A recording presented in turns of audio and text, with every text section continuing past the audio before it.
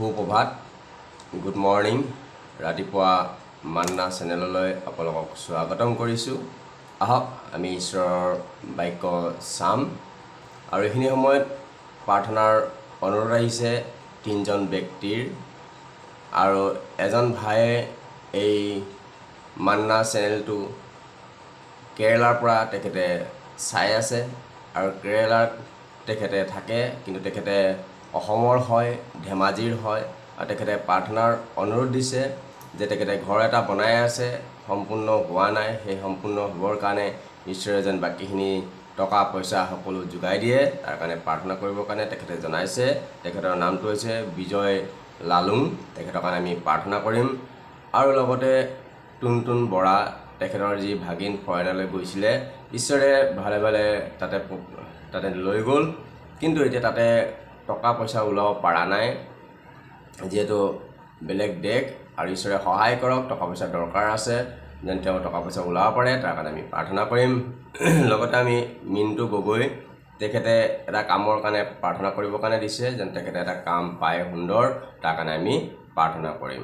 আহক আমি এইখিনি সময়ত আজি বিশেষ এটা বিষয় লৈ পেলাই আমি চাব বিচাৰিছোঁ, যিটো বিষয় আজি আমাৰ সমাজত হাহাকাৰ হৈ আছে, অশান্তিৰ সৃষ্টি হৈ আছে, যি নেকি সংসাৰত অশান্তি সৃষ্টি, সমাজত অশান্তি সৃষ্টি। এইটো কিহৰ কাৰণে হৈছে? আজি আপোনালোকে ছ'চিয়েল মিডিয়াত দেখিবলৈ পাইছে ৭৫ বছৰীয়া বৃদ্ধ পিতৃয়ে নিজৰ সৰু সন্তানক দাৰে ঘপিয়াই কাটি পেলাই হত্যা কৰিব লগা হ'ল। কিহৰ কাৰণে?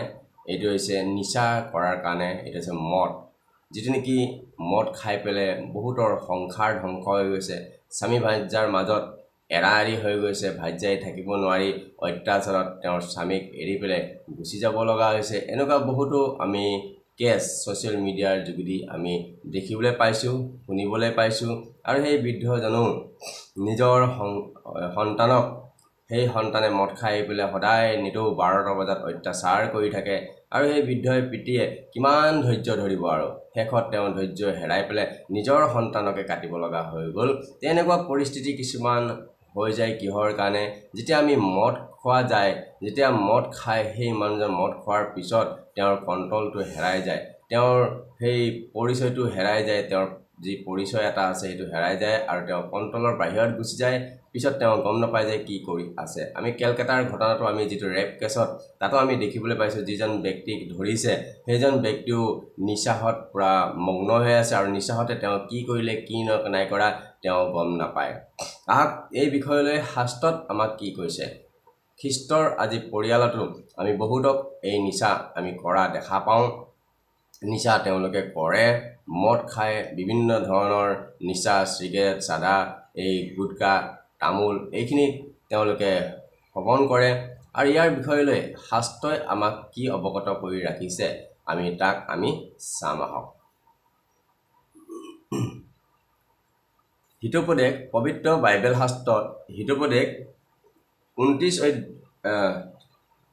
অধ্যায় 29 পদৰ পৰা মই পঢ়ি দিছোঁ 32 পদলৈকে।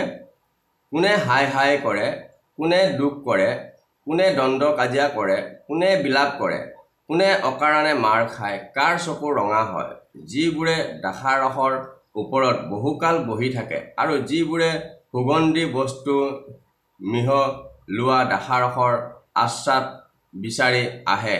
সিহঁতে যেতিয়া দ্ৰাক্ষাৰস ৰঙা হয় আৰু পাত্ৰত ডগমগায় আৰু সহজে পেটলৈ যায়, তেতিয়া তালৈ দৃষ্টি নকৰিবা। শেষতে সেই সাপৰ নিচিনাকৈ কামুৰিব আৰু বিষ ধাৰৰ দৰে দৰ্শন কৰিব। কৈছে যে সাপৰ নিচিনাকৈ কামুৰিব আৰু বিষৰ নিচিনা দৰ্শন কৰিব বুলি কৈছে। এজন লোক আছিলে, তেওঁ কেঞ্চাৰ মেডিকেলত, আৰু তেওঁ ছায়েন্সৰ প্ৰফেচাৰ হয়, আৰু তেখেতৰ ভাৰ্যাও চাকৰি কৰে, তেখেতেও চাকৰি কৰে আৰু প্ৰফেচাৰ হয়। তেখেতলোকৰ সন্তান নাই, আগপিচ নাই, যিহেতু টকা অজস্ৰ, কিনো কৰিব, মদকে খায়। আৰু মদ খাওঁতে খাওঁতে অৱশেষত তেওঁ এদিন যাই পেলাই কেঞ্চাৰ মেডিকেলত ভৰ্তি হ'ব লগা হ'ল।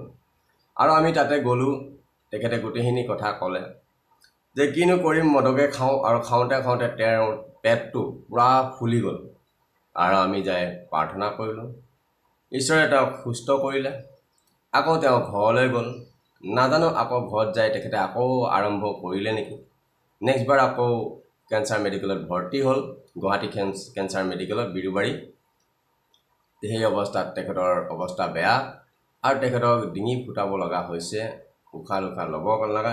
আমি এনেকুৱা ভয়ানক পৰিস্থিতিবোৰ আমি দেখিবলৈ পাওঁ কেঞ্চাৰ হস্পিটেলত, টিবি হস্পিটেলত। এবাৰ মই টিবি হস্পিটেলত প্ৰাৰ্থনা কৰিবৰ কাৰণে গৈছোঁ আৰু এজন ব্যক্তি ক্ষীণাই মিনাই অৱস্থা নাই আৰু তেখেতে মোক চিনি পায় আৰু তেখেতে মোক দেখাৰ লগে লগে জয়ন্ত মোক বচোৱা এনে কৈ পেলাই তেখেতে কৈছে। আৰু মই কৈছোঁ যে মই বচাওঁ তাজন নহয়, বচাওঁ তাজন যীশুৱে হয়।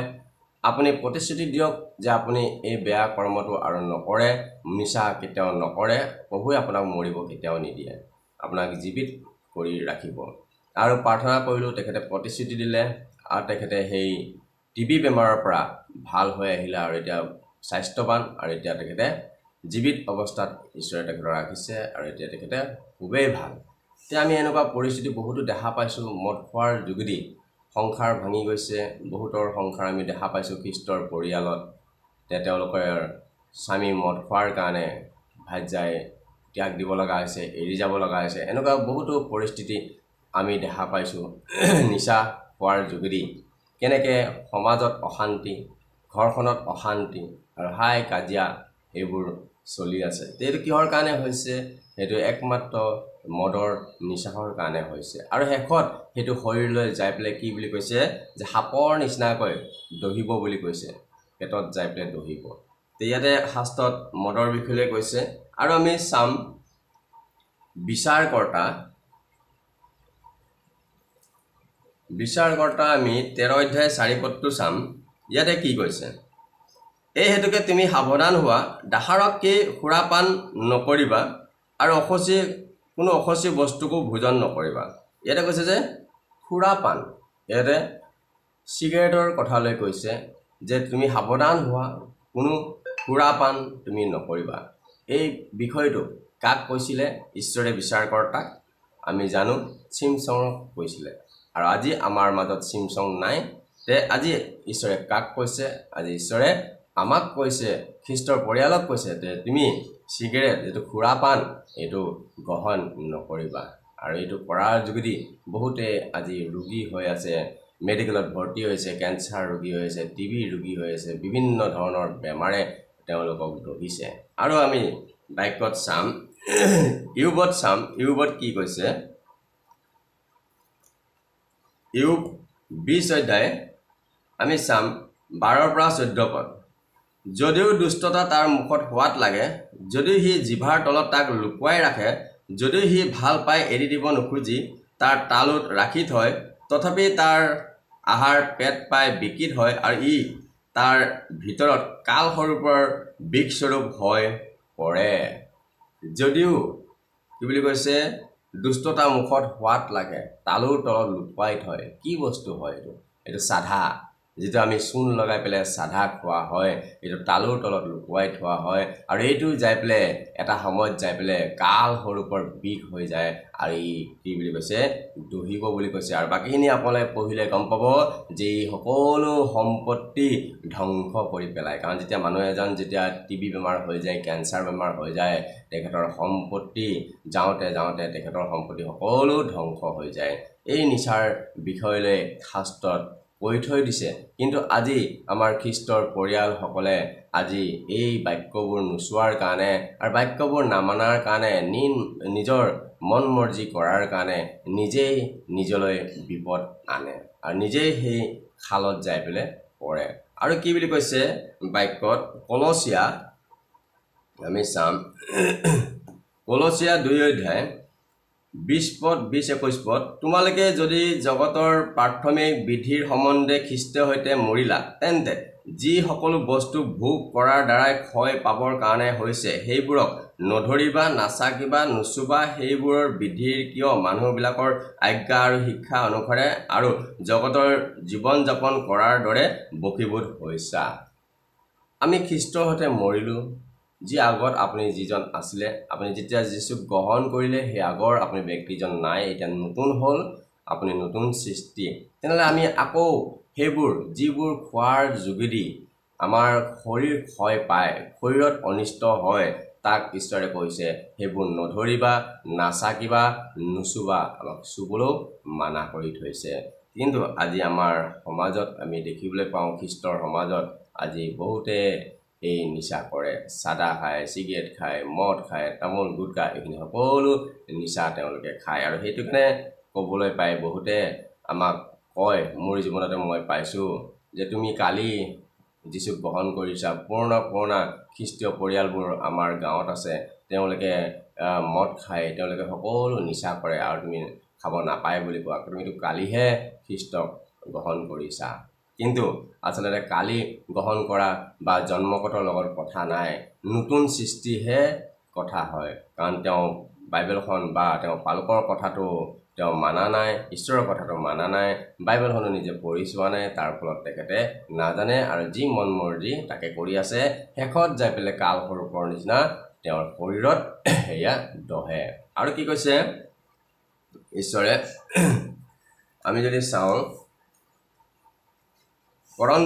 প্ৰথম কৰিন্থিয়া 3 অধ্যায় 16 আৰু 17 পদ তোমালোক যে ঈশ্বৰৰ মন্দিৰ আৰু ঈশ্বৰৰ আত্মা তোমালোকত নিবাস কৰে ইয়াক তোমালোকে নাজানা নেকি ঈশ্বৰে কৈছে যে তোমালোকৰ শৰীৰটোৱে মোৰ মন্দিৰ আৰু তোমালোকৰ শৰীৰত মই নিবাস কৰোঁ ঈশ্বৰ আপোনাৰ শৰীৰত থাকে আৰু ঈশ্বৰ শৰীৰত আপোনাৰ শৰীৰত থাকিবৰ কাৰণে বিচাৰে আৰু আমি যদি নিচা খাই পেলে মতলীয়া হৈ থাকো মদে আমি যদি সিগাৰেটে সাধাই আমি সুমুৱাই ৰাখো শৰীৰৰ ভিতৰত তেনেলে ঈশ্বৰে আপোনাৰ শৰীৰত আপোনাৰ হৃদয়ত থাকিব পাৰিবনে তেখেতে থাকিবনে তেখেতে ইমান জঘন্যনে ঈশ্বৰ ইমান লেতেৰানে তেখেত আমি যদি সাধাৰণ ব্যক্তি যদি ইমান সাফা হৈ থাকিবৰ কাৰণে জানো আমি যদি সাবুন লগাব জানো আমি ক্ৰীম লগাব জানো নিজৰ শৰীৰটো আমি সাফা কৰি ৰাখিব জানো তেনেলে ঈশ্বৰজন কিমান সাফা হ'ব যিজনে এই সাফাক সৃষ্টি কৰিলে সেই ঈশ্বৰজন কিমান সাফা হ'ব কিমান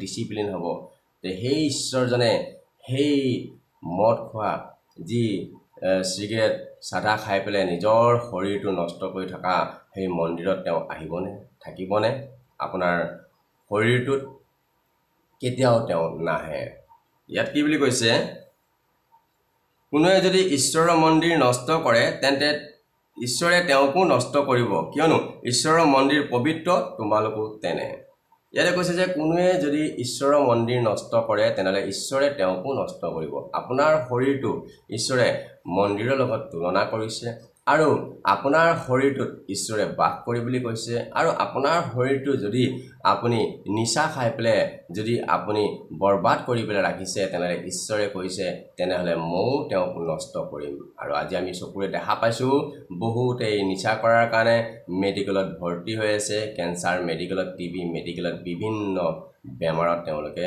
ভুগিব লগা হৈছে ঈশ্বৰে কৈ থৈ দিছে সাৱধান বাণী যদি তোমাৰ শৰীৰটো তুমি নষ্ট কৰা তেনেহলে মও তোমাক নষ্ট কৰিম কাৰণ তোমাৰ শৰীৰটোৰ ওপৰত তোমাৰ অধিকাৰ নাই হেতু খ্ৰীষ্টৰহে আছে কাৰণ তোমাক বহুমূল্য তেজেৰে কিনা হল তোমাৰ শৰীৰৰ যোগেদি ঈশ্বৰৰ মহিমা তুমি কৰা কিন্তু আমি কাৰ মহিমা কৰি আছো আমি নিজৰহে মহিমা কৰি আছো আমি মতলীয়া হৈ পেলে আমি নিজক আমি নষ্ট কৰি আছো ইয়াৰ যোগেদি সমাজত আৰু নিজৰ পৰিয়ালতো অশান্তি আৰু এই শয়তানে চান্স পায় আৰু কি বুলি কৈছে পবিত্ৰ শাস্ত্ৰত আমি যদি চাওঁ প্ৰথম পিতৰ 1 অধ্যায় 16 পদ কিয়নো লিখা আছে তোমালোক পবিত্ৰ হোৱা কাৰণ মই পবিত্ৰ ঈশ্বৰে কৈছে যে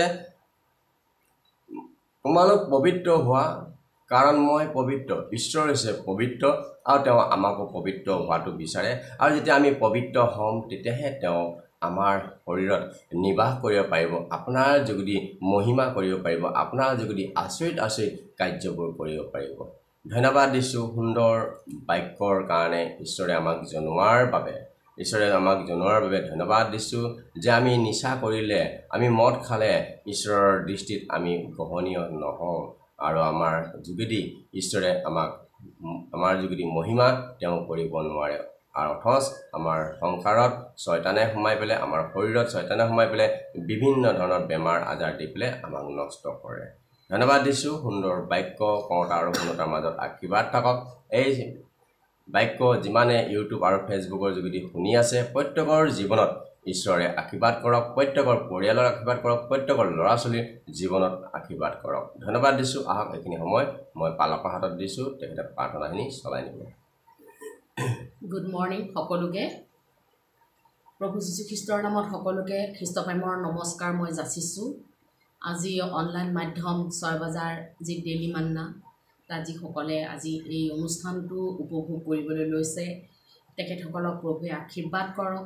ঈশ্বৰৰ মৰমেল ঈশ্বৰ হয় আহক আমি সকলোৱে প্ৰণিপাত কৰিম প্ৰভুৰ ওচৰত আমি প্ৰাৰ্থনা কৰিম কিয়নো তেওঁ জানে সকলো কথা পবিত্ৰ পবিত্ৰ পবিত্ৰ সৃষ্টিকৰ্তা মহান মৰমেল ঈশ্বৰ জিহুৱা তোমাক ধন্যবাদ দিওঁ জীৱিত ঈশ্বৰ জীৱিতবিলাকৰ প্ৰাৰ্থনা শুনোতা হয় প্ৰভু তুমি তোমাৰ ওচৰত আহিছোঁ পিতা প্ৰণিপাত কৰিছোঁ প্ৰভু যি সন্তানবিলাকে আজি এই মাধ্যমৰ যোগেদি তোমাৰ এই অনুষ্ঠানটো উপভোগ কৰি আছে প্ৰভু লৰ্ড তেওঁলোকৰ প্ৰত্যেকজনক আশীৰ্বাদ কৰা পবিত্ৰ আত্মা তুমি তেওঁলোকক সহায়তা কৰিবা লৰ্ড বিশেষকৈ মই প্ৰাৰ্থনা কৰিছোঁ যি অনলাইন মাধ্যমৰ যোগেদি যি ব্যক্তি তিনিজনে প্ৰভু প্ৰাৰ্থনাৰ অনুৰোধ দিছে বিশেষকৈ টুনটুন বৰা তেখেতৰ যি ভাগিনীয়েক বিদেশত গৈ উপস্থিত হৈছে তাত চলিবৰ কাৰণে টকা পইচা প্ৰয়োজন আছে তেওঁৰ একাউণ্টত আছে কিন্তু পইচাবোৰ উলিয়াব পৰা নাই প্ৰভুৱে তেওঁক আশীৰ্বাদ কৰক দ্বিতীয়তে বিজয় লালু যিজনে আজি কেৰালাত আছে চাকৰি সূত্ৰে কিন্তু তেওঁ ঘৰ বিশেষকৈ ধেমাজিত যি ঘৰ বনাবলৈ আছে তেখেতক প্ৰভুৱে ঘৰ বনাবলৈ আছে ঘৰ বনাই আছে প্ৰভুৱে যেন সম্পূৰ্ণ কমপ্লিট কৰে তাৰ কাৰণে প্ৰাৰ্থনা কৰিম তৃতীয়তে মিণ্টু গগৈ তেওঁ এটা কাম বিচাৰি প্ৰভুৰ ওচৰত তেওঁ প্ৰাৰ্থনা ৰাখিছে আমি সকলোৱে প্ৰাৰ্থনা কৰিম আহক ধন্যবাদ দিওঁ পিতা ঈশ্বৰ ধন্যবাদ টুনটুন বৰাৰ কাৰণে মই প্ৰাৰ্থনা কৰিছোঁ পিতৃ পৰমেশ্বৰ যি তেওঁৰ ভাগিনীয়েক প্ৰভু আজি তোমাৰ অনুগ্ৰহত তোমাৰ প্ৰটেকশ্যনত যি বিদেশত আছেগৈ প্ৰভু তাত চলিবৰ কাৰণে প্ৰভু তেওঁৰ একাউণ্টত পইচা আছে কিন্তু ওলাব পৰা নাই প্ৰভু তুমি তেওঁ সকলো ৰাস্তাবোৰ খুলি দিয়া প্ৰভু তেওঁ জ্ঞান বুদ্ধিৰে পৰিচালনা কৰিবা যাতে তেওঁ বিদেশত থাকি তেওঁ উদ্দেশ্যবোৰ তুমি সিদ্ধ কৰিবা আৰু যে তেওঁৰ একাউণ্টৰ পৰা পইচা ওলাব পাৰে তুমি আশীৰ্বাদ কৰিবা পিতা লৰ্ড বিশেষকৈ মই প্ৰাৰ্থনা কৰিছোঁ সুস্বাস্থ্য অধিকাৰী কৰি ৰাখিবা প্ৰভু তোমাৰ প্ৰটেকশ্যন বিচাৰিছোঁ লৰ্ড প্ৰভু বিশেষকৈ মই প্ৰাৰ্থনা কৰিছোঁ পিতা যি বিজয় লালুঙে প্ৰভু কেৰেলাত আছে কিন্তু প্ৰভু তেওঁ ঘৰ বনাই আছে ধেমাজি প্ৰভু কিয়নো ঘৰ সজাওঁতা তুমি হয় পিতা পৰমেশ্বৰ বাকী থকা কামখিনিৰ ওপৰত তুমি আশীৰ্বাদ কৰিবা পিতা টকা পইচা ফালৰ পৰা আৰু যিমান যাৱতীয় বস্তুৰ প্ৰয়োজন আছে তুমি সকলোবিলাক তুমি আশীৰ্বাদ কৰি দিয়া পিতা পৰমেশ্বৰ তেওঁৰ চেষ্টাক তুমি প্ৰভু আগুৱাই লৈ যোৱা লৰ্ড প্ৰভু ধন্যবাদ পিতা পৰমেশ্বৰ মিণ্টু গগৈৰ কাৰণে প্ৰাৰ্থনা কৰিছোঁ প্ৰভু তেওঁ প্ৰভু ইনকাম চ'ৰ্চৰ ৰাস্তা বিচাৰিছে কোনো চাকৰি সূত্ৰ প্ৰভু তেওঁ পোৱা নাই প্ৰভু তুমি তেওঁক এটা ৰাস্তা মুকলি কৰি দিয়া যাতে তেওঁ চলিব পাৰে তুমি কৈছা তোমাৰ বাক্য যে কাম নকৰিলে আহাৰ গ্ৰহণ নকৰিবা প্ৰভু তেওঁক তুমি দয়া কৃপা কৰা যাতে তেওঁ অতি সোনকালে এটা চাকৰি প্ৰভু তেওঁ বিচাৰি পায় তেওঁ যেন প্ৰভু নিজৰ জীৱিকাৰ পৰ্যন্ত মুকলি কৰিব পাৰে প্ৰভু তুমি আশীৰ্বাদ কৰা পিতা পৰমেশ্বৰ ধন্যবাদ পিতা পৰমেশ্বৰ যিমানবিলাক ৰজাবিলাক আছে ৰজাবিলাকক আশীৰ্বাদ কৰা দেশত যে সুশান্তি হয় পিতা পৰমেশ্বৰ তেওঁলোকক ন্যায়িক মন দিয়ে পিতা পৰমেশ্বৰ লং লাইফ গুড হেল্থ দিবা পিতা পৰমেশ্বৰ যি সন্তানবিলাকৰ ওপৰত তুমি দেশৰ ভাৰ অৰ্পণ কৰিছা প্ৰভু ভাষাভাষী নানান ধৰণৰ ভ্ৰমালম্বী লোকসকলৰ মাজত যেন প্ৰভু একতা থাকে তেওঁলোকে যেন ধুনীয়াকৈ চলাই লৈ যাব পাৰিব দেশত যেন অৰাজকতা নহয় কোনো ধৰণৰ প্ৰভু হিংসা আৰু নানান হাই কাজিয়া নহয় প্ৰভু তাৰ কাৰণে প্ৰভু তেওঁলোকক তুমি আশীৰ্বাদ কৰিবা তুমি তেওঁলোকক প্ৰটেকশ্যনত ৰাখিবা লৰ্ড প্ৰভু বিশেষকৈ প্ৰভু ভাৰতৰ প্ৰধানমন্ত্ৰী আদিকে কৰি প্ৰভু ৰাষ্ট্ৰপতিৰ পৰা MLA MP অসমৰ মুখ্যমন্ত্ৰী আৰু ভাৰতৰ ষ্টেটবিলাকৰ মুখ্যমন্ত্ৰী সকলোৰ ওপৰত তোমাৰ আশীৰ্বাদ অনুগ্ৰহ দয়া দান কৰা পিতৃ লৰ্ড বিশেষকৈ মই প্ৰাৰ্থনা কৰিছোঁ পিতা যিমান পৰিয়ালত আজি দুখ কষ্ট সমস্যাবিলাক আছে প্ৰভু নানান ধৰণৰ প্ৰভু ঋণ ধাৰত আছে প্ৰভু আৰু লগতে যিমানবিলাকৰ আজি কেছ মোকৰ্দমা আছে প্ৰভু প্ৰত্যেকজনৰ প্ৰভু তুমি কেছ মোকৰ্দমা বচোৱা পিতা তুমি ন্যায় কৰোতা ঈশ্বৰ তুমি হয় পিতা লৰ্ড বিশেষকৈ মই প্ৰাৰ্থনা কৰিছোঁ দুখীয়া দৰিদ্ৰ খাবলৈ ভাত পিন্ধিবলৈ কাপোৰ থাকিবলৈ ঠাইডোখৰ দিয়া তুমি কিয়নো মৰমীয়াল ঈশ্বৰ জিহুৱা লগতে পিতা যিমানবিলাকে আজি যাত্ৰাপথত আছে তুমি যাত্ৰাপথৰ সংগী হোৱা প্ৰভু যিবিলাকে চাকৰি সূত্ৰে আজি ফৰেইনত আছে বিদেশত আছে প্ৰভু আৰু বিভিন্ন ষ্টেটত আছে পিতা পৰমেশ্বৰ তেওঁলোকৰ ওপৰত তোমাৰ আশীৰ্বাদ অনুগ্ৰহ প্ৰটেকশ্যন বিচাৰিছোঁ পিতা পৰমেশ্বৰ লগতে প্ৰভু প্ৰশাসন বিভাগ পৰিবহণ বিভাগ প্ৰভু মেডিকেল ডিপাৰ্টমেণ্ট চৰকাৰী বেচৰকাৰী চাকৰিবিলাক লগতে পিতা ক্ষুদ্ৰ প্ৰতিষ্ঠান বৃহৎ প্ৰতিষ্ঠান সকলো ওপৰত তোমাৰ আশীৰ্বাদ অনুগ্ৰহ তেওঁলোকৰ ওপৰত দৃষ্টি দি তেওঁলোকক চলাই লৈ যোৱা পিতা পৰমেশ্বৰ যিবিলাকৰ প্ৰভু আজি ল'ৰা ছোৱালী নাই ল'ৰা ছোৱালী দিয়া যিবিলাক প্ৰভু আজি বিবাহ পাবত আবদ্ধ হ'বলৈ গৈছে বিবাহ পাশত আবদ্ধ হোৱাবিলাকক আশীৰ্বাদ কৰা সামাজিকভাৱে আৰু কোৰ্ট মেৰেজৰ যোগেদি পিতা আৰু দাম্পত্য জীৱনত তেওঁলোকৰ ওপৰত আশীৰ্বাদ কৰিবা পিতা লগতে পিতা মই প্ৰাৰ্থনা কৰিছোঁ পিতা ৰিহেবত থকাবিলাকক আশীৰ্বাদ কৰা লগতে পিতা মানসিক বিকাৰগ্ৰস্ত লোকসকলক তুমি আশীৰ্বাদ আশীৰ্বাদ কৰা পিতা পৰমেশ্বৰ আৰু সকলো ৰোগ ব্যাধিবিলাক প্ৰত্যেকজন প্ৰভু সন্তানৰ পৰা তুমি দূৰ কৰা কিয়নো তুমি দুখবোৰ ল'লা বেমাৰবোৰ ল'লা যাতনাবোৰ ল'লা প্ৰভু তোমাৰ হাছত বহক কোবৰ দ্বাৰাই প্ৰভু প্ৰত্যেকজনক তুমি হিল কৰা যিটো খ্ৰীষ্টৰ নামত সুস্থতা হৈ যোৱা প্ৰত্যেকজন জীৱনৰ পৰা মই বেমাৰী আত্মাবিলাকক খেদিছোঁ in the mighty name of Jesus প্ৰভু তোমাৰ নামেৰে মই ব্লেছ কৰি দিছোঁ প্ৰভু তুমি তেওঁলোকক আশীৰ্বাদ কৰি দিয়া পিতা পৰমেশ্বৰ হালেলুয়া প্ৰভু ধন্যবাদ যিবিলাকে আজি সংকটত আছে চিন্তাত আছে পিতা পৰমেশ্বৰ যিবিলাকে আজি প্ৰভু ফাইনেন্সিয়েল প্ৰব্লেম আছে প্ৰভু তেওঁলোকক তুমি ৰক্ষা কৰা তুমি কৈছা সংকটৰ কালত মোৰ আগত প্ৰাৰ্থনা কৰা মই তোমাক উদ্ধাৰ কৰিম তেহে গৌৰৱান্বিত কৰিবা হয় পিতা পৰমেশ্বৰ তুমি তেওঁলোকৰ সহায় সাৰথি হোৱা পিতা বৃদ্ধাশ্ৰমবিলাকত আশীৰ্বাদ কৰা অনাথ আশ্ৰমবিলাকত আশীৰ্বাদ কৰা পিতা আৰু যিমান বৃদ্ধবিলাক আজি প্ৰভু শৰীৰৰ শক্তি নাইকিয়া হৈ গৈছে পিতা পৰমেশ্বৰ তেওঁলোকক শক্তি দান কৰা নিচা লৈ থকা নিচাযুক্ত সেৱন কৰি থকাবিলাকক তুমি প্ৰভু অপতৰ পৰা ঘূৰাই আনা পিতা পৰমেশ্বৰ হালেলুয়া যিবিলাকে পাপত লিপ্ত হৈ আছে পিতা পৰমেশ্বৰ বেবিচাৰত মত্ত হৈ আছে পিতা পৰমেশ্বৰ প্ৰভু তেওঁলোকক তুমি সপথলৈ লৈ আহা পিতা পৰমেশ্বৰ প্ৰভু তুমি পথ প্ৰদৰ্শক হোৱা প্ৰত্যেকৰ জীৱনৰ পিতৃলৰ প্ৰভু হাতে কৰা কাৰ্যত আশীৰ্বাদ কৰা খেতিয়কবিলাকক আশীৰ্বাদ কৰা গৃহিণীবিলাকক আশীৰ্বাদ কৰা প্ৰভু লগতে পিতা নং পোষকবিলাকক আশীৰ্বাদ কৰা জেলত থকাবিলাকক আজাদ দিয়া পিতা পৰমেশ্বৰ ধন্যবাদ দিছোঁ পিতা পৰমেশ্বৰ প্ৰভু তুমি প্ৰত্যেকৰ ওপৰত আশীৰ্বাদ কৰা পিতা যিমান পৰিলে যে নানান ধৰণৰ চিন্তাবিলাক আহিছে নানান ধৰণৰ বেমাৰ আজাৰ দুখ কষ্ট সমস্যা আহিছে in the mighty name of Jesus যিছু খ্ৰীষ্টৰ নামত সকলো শয়তানৰ শক্তিবিলাকক মই যীশুৰ নামত বান্ধিছোঁ শয়তান দূৰ হৈ যা লৰ্ড আপোনাৰ তেজেদি বান্ধিছোঁ প্ৰভু তোমাৰ অনুগ্ৰহ তোমাৰ আশীৰ্বাদ প্ৰত্যেকজন পৰিয়ালৰ পৰা তুমি ৰাখা পিতা পৰমেশ্বৰ প্ৰভু এই অনলাইন মাধ্যমৰ যোগেদি প্ৰভু এই সন্তানবিলাকক তুমি সদায় আশীৰ্বাদ কৰিবা পিতা ধন্যবাদ দিছোঁ পিতা কি খুজিম প্ৰভু পূজাৰ বাবে তুমিতো সকলো জানা পিতা পৰমেশ্বৰ এই সকলোবোৰ যাচনা মই তোমাৰ চৰণত ৰাখিছোঁ পিতা তুমি লোৱা তুমি গ্ৰহণ কৰা ধন্যবাদেৰে ত্ৰাণকৰ্তা জীৱিত পিতৃ নাচৰিত যীশুৰ নামত মই অৰ্পণ কৰিছোঁ amen praise the lord praise the lord praise the lord ধন্যবাদ দিছোঁ আপোনালোকৰ বহুমূলীয় সময়খিনি ৰাতিপুৱা ঈশ্বৰৰ মান্নাত দিয়াৰ বাবে ঈশ্বৰে আপোনালোকক আশীৰ্বাদ কৰক আপোনালোকৰ ল'ৰা ছোৱালী আপোনালোকৰ পৰিয়ালক আশীৰ্বাদ কৰক আজিৰ দিনটো আপোনালোকৰ মংগলময় হওক আৰু হাতত লোৱা কামখিনি ঈশ্বৰে সিদ্ধ কৰক আজিলৈ আমি ইয়াতে সামৰিছোঁ অহাকালি আকৌ ৰাতিপুৱা 6টা বজাত আমি আকৌ পুনৰাই লগ হ'ম আজিলৈ নমস্কাৰ।